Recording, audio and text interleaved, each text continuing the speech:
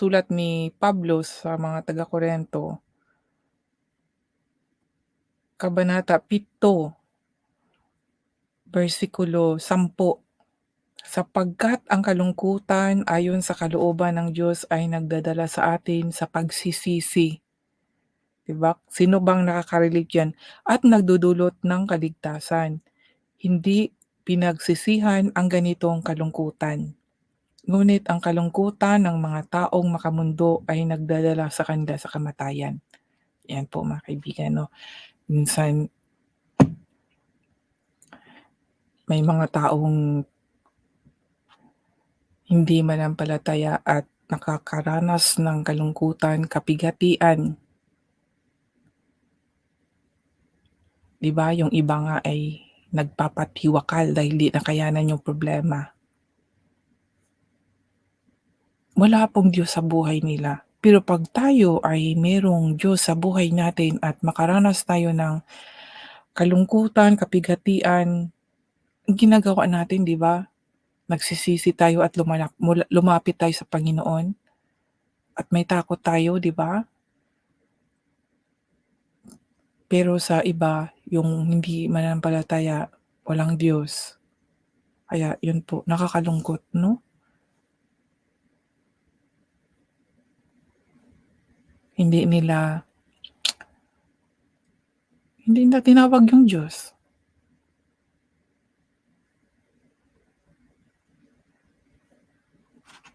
Gaya ng sabi ko rin po mga kaibigan, nung panahon yung 2012 kung hindi ako sumuko sa Panginoon, kung hindi siya yung pinaniniwalaan ko sa pamagitan po ng pagbasa ng Bible, siguro gano'n na rin ang nangyari sa'kin. Dahil sinabi dito, ngunit ang kalungkutan ng mga taong makamundo ay nagdadala sa kanila ng kamatayan. Dahil dati makamundo po ako. And then, dahil nung makamundo 'di ba naglalakad sa dilim. Ano ba ang gawa ng dilim 'di ba, yung mga halimbawa natin itong mga makamundong gawain, dilim po 'yan, sa dilim po 'yan. 'Yan po yung mga references na, gawain ng dilim, yung mahiligin sa mga bisyo, 'yan po gawain ng dilim. Mga bisyo, and then mga hilig sa mundong ito, 'yan po 'yan mga kaibigan. Kaya nga walk in darkness 'no, eh, sabi nga sa 1 John chapter 1 verse 6. 'Yan basahin ko po. 1 John chapter 1 verse 6.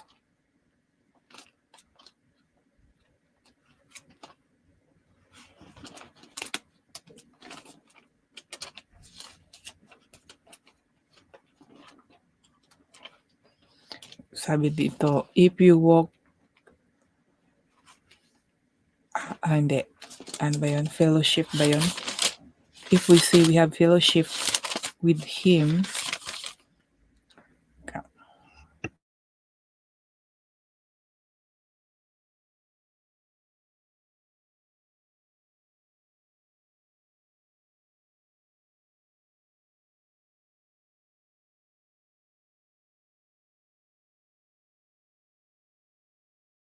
so ito po yung sabi dito 'no, 1 John 1 John chapter 1 verse 6 ang sabi, "If we say that we have fellowship with Him and walk in darkness, we lie and do not practice the truth." Yan po yan mga kaibigan.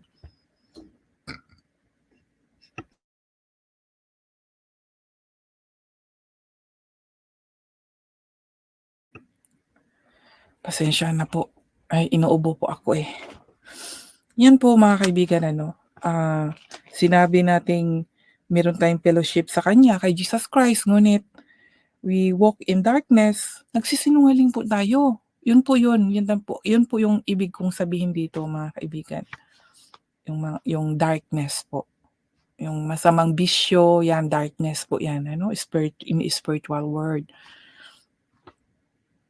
Kaya kung darkness ang mga bisyo mga kaibigan, iwasan po natin lalo na tayo ay manampalataya, para makita ng hindi manampalataya na tayo po ay totoong manampalataya ni Jesus Christ. Ang itinuturo po niya ay kaliwanagan po, eh. Tayo nga ang liwanag na, halimbawa ng liwanag 'pag tayo ay 'pag tayo ay fellowship sa kanya 'no?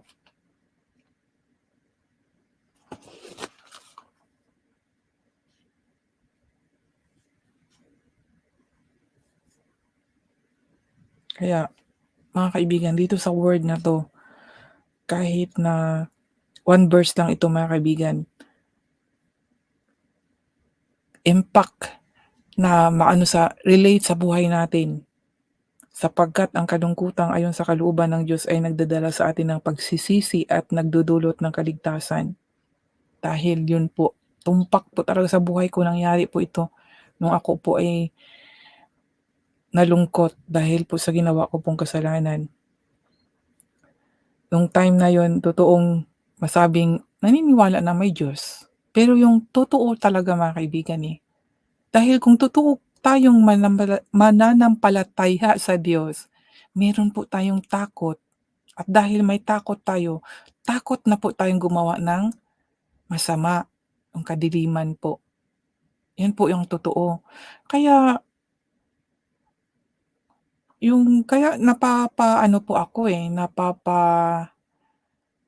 napapa-question po ako sa sarili ko yung iba pong magtuturo ba na walang perfect.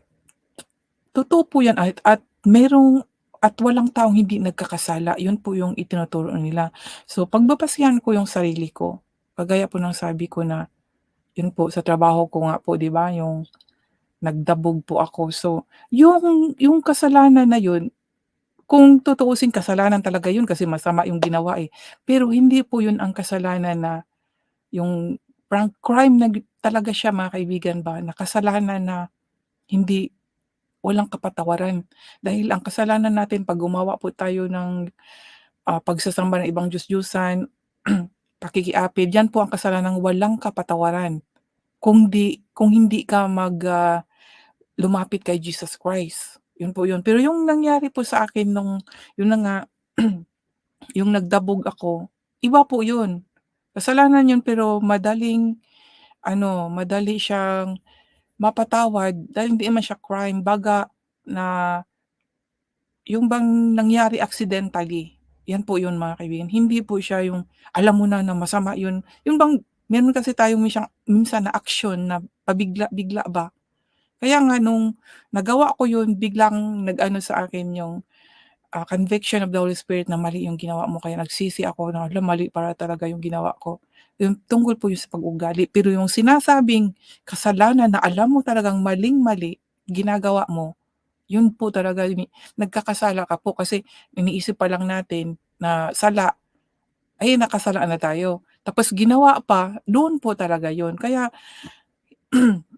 kaya yung mga nagtuturo na kahit na nakagawa sila ng kasalanan ay ligtas pa rin sila, I don't think so na na talagang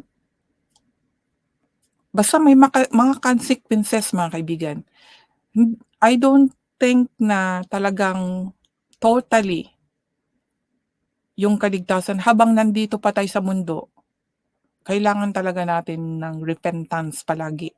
Kung lalo na kung ginawa mo yun. Kasi backslider ang tawag doon mga kaibigan. Alam mong kasalanan at ginawa mo. Taong magsisisi talaga kagaya dito na magsisisi na para maligtas muli 'di ba meron diyan 'pag na-convict ng Holy Spirit na mali yung ginawa, nagsisisi, umiiyak dahil nakagawa ng kasalanan. Talagang hindi na niya magawa yun dahil alam niyang mali, Alam niya talagang merong Diyos na mag, ah, magparusa. Nandito tayo sa mundong ito meron pa ring mga something na mangyayari dahil gusto ng Diyos na matuwid po tayo. And then sinabi doon, naalala ko nga pala 'no, may sinabi sa unang Korinto yun, na may maliligtas ngunit walang gantimpala. So, puwede din 'yun. Maliligtas lang siya pero wala siyang gantimpala. So, kung alam mo na may gantimpala pala tayong matatanggap, saan ba naman ang aanuhin mo, ang yung pursigihin mo? 'Yun bang maliligtas ka na kasama mo na siya tapos may gantimpala ka dahil nga ginawa mo yung kagustuhan niya, or yung naliligtas ka lang pero wala kang gantimpala, so parang malayo ka pa rin sa kanya 'no, sa Panginoon, 'di ba? Para sa akin 'pag gumawa tayo ng masama, lalo na 'pag niligtas na talaga tayo, alam ko merong mangyayaring hindi maganda, ewan ko ba? Basta gano'n yung may correction talaga sa Panginoon. At ang nakakatakot, paano kung ang correction ay something not very good na mangyayari po sa buhay natin. Kaya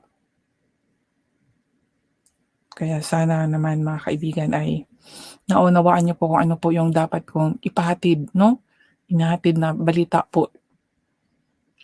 Dahil may mga consequences po talaga 'pag ikaw ay tinawag ng Diyos at, hindi mo siya sundin, meron talagang may mangyayaring something na hindi ko masabi kung ano kasi ang Diyos lang nakakaalam niyon may mga gano'n. May mababasa tayo, na dinidisiplina niya ang kaniyang mga minamahal. Meron po 'yan, hindi ko lang maalala kung saan 'yun, pero meron po 'yan. Dahil mahal po tayo ng Diyos, didisiplinahin po niya tayo para matuwid. Kaya po sa nangyari sa akin na 'yun agad na the conviction of the Holy Spirit nagpaalala sa akin na mali yung ginawa, kaya talagang nahiya po ako at nagsisisi po talaga ako pag-uwi ko po sa bahay. Sabi ko, "Lord, mali yung ginawa ko, pasensya po talaga, patawad po talaga." Gano'n. Kausapin natin ang Panginoon dahil kung meron po tayong totoong banal na Espiritu Santo, kasama po natin palagi 'yan, eh. He is in us 'no, within us po, nasa loob po natin 'yan. Gagawa po tayo ng hindi po maganda, 'yun po, yung grave of the Holy Spirit, isa po 'yan mga kaibigan. Marami po tayong, ah, puwedeng ihambing yung sa grave of the Holy Spirit po. 'Pag gumawa po tayo ng hindi maganda, ayun, kahit po tayo mismo malulungkot po tayo. Dahil nasa atin na yung Holy Spirit, tayo po malulungkot. Alam po natin na mali ang ginawa natin, kaya para po talagang ituwid po natin ang ating sarili at magsisisi po talaga ng totoo at huwag ng gawin. Kaya nga minsan kung kung sa akin po, sa sarili ko po sinasabi ko, "Lord, kung ano po yung ginawa ko na hindi po maganda, ituwid mo ako, Lord." Ngayon talagang maranasan ko, parang iparanas ba sa akin ng Panginoon na kaya po nagdabog po ako na hindi ko po naisip talaga na mali, and then na-realize ko agad na mali yung ginawa ko kasi Christian ako at manampalataya ako. Hindi gano'n ang gusto ng Panginoon. Dapat humble, 'di ba?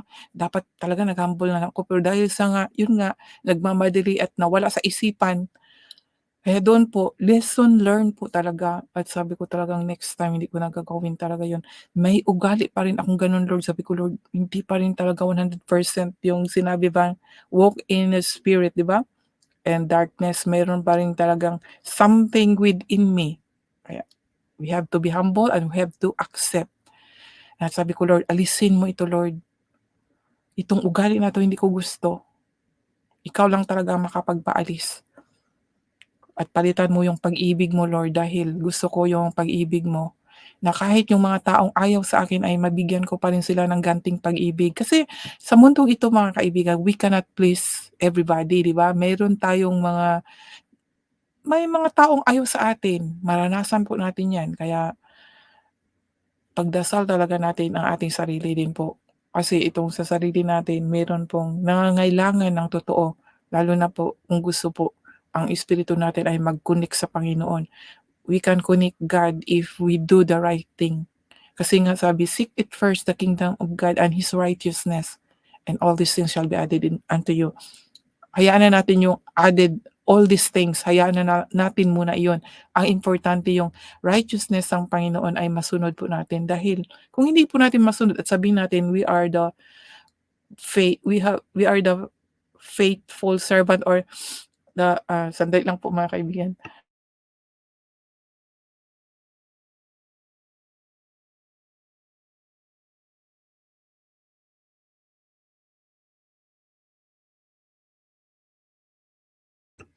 Faithful tapos ang gawain natin ay hindi maganda, kaya hindi mahirapan po tayong invite ng unbelievers. Nakikita po na not sincere po yung buhay natin, yung ginawa natin, nagsasalita lang tayo. Naalala ko tuloy yung sinabi na paano na yung speak and tongue, saan ba yun mababasa, na para lang simbal 'no, nagsasalita ng sasalita na walang pag-ibig. Kaya kailangan talaga natin ng pag-ibig. Kasi kahit yung mga taong galit sa atin, pag-ibig pa rin ang ating mapakita. Dahil naranasan ko po 'yan naku po talaga na masasabi ko wala naman akong ginawa pero bakit parang galit sa akin itong taong na 'to. Ay meron talagang meron talagang hindi man siya masamang tao pero minsan yung ugali ba na hindi maganda, meron din siya mabait, masasabi ko ring mabait pero meron talagang something din sa kanya na bakit parang galit naman ito na wala naman akong ginawang masama, uy. Kaya pray na lang po natin talaga pero kaya ang sabi ko na, I don't mind this person at, I mind on my own. Basta yun lang, kung papagkitaan ng hindi mabuti, concentrate po sa sarili natin. Walk walk in faith and then walk in the right things. Kaya kasi mahirap din po yung yun bang maka-Diyos tayo, sasabihin natin maka-Diyos tayo, nagsumampalataya tayo sa Panginoon. Tapos yun, iko-correct natin yung tao, hindi maganda yung ginawa niya or sasabihin natin ang ginawa niya tapos yun mag-aaway lang kayo. Kaya kung palagi na lang the same, 'wag na lang nating tingnan at bahala na ang Diyos, pagdasal na lang natin mga kaibigan. Kaya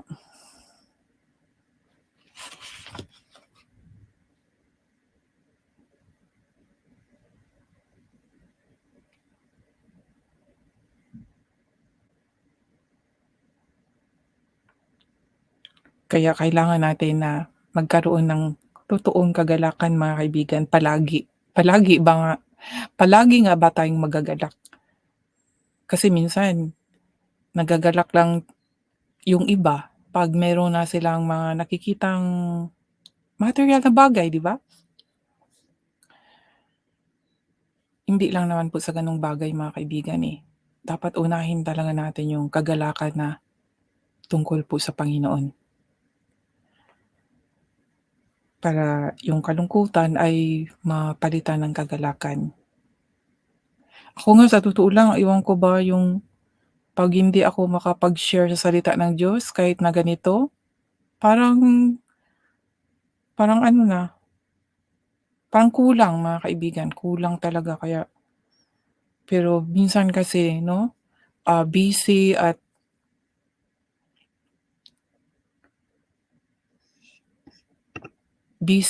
kulang sa oras kaya minsan hindi na nagagampanan na ano, pero alam naman ng Diyos ang lahat, ng ginagawa natin. Kaya ito lang ang aking mai-share mga kaibigan ano, tungkol po sa kalungkutan na 'pag meron po tayong Diyos o takot po tayo sa Diyos ay iwas gumawa ng hindi mabuti.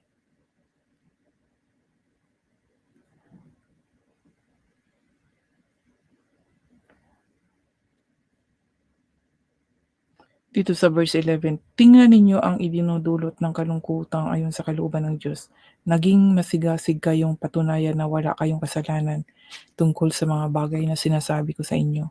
Nagalit kayo sa gumawa ng kasalanang iyon at natakot sa maaring idulot nito."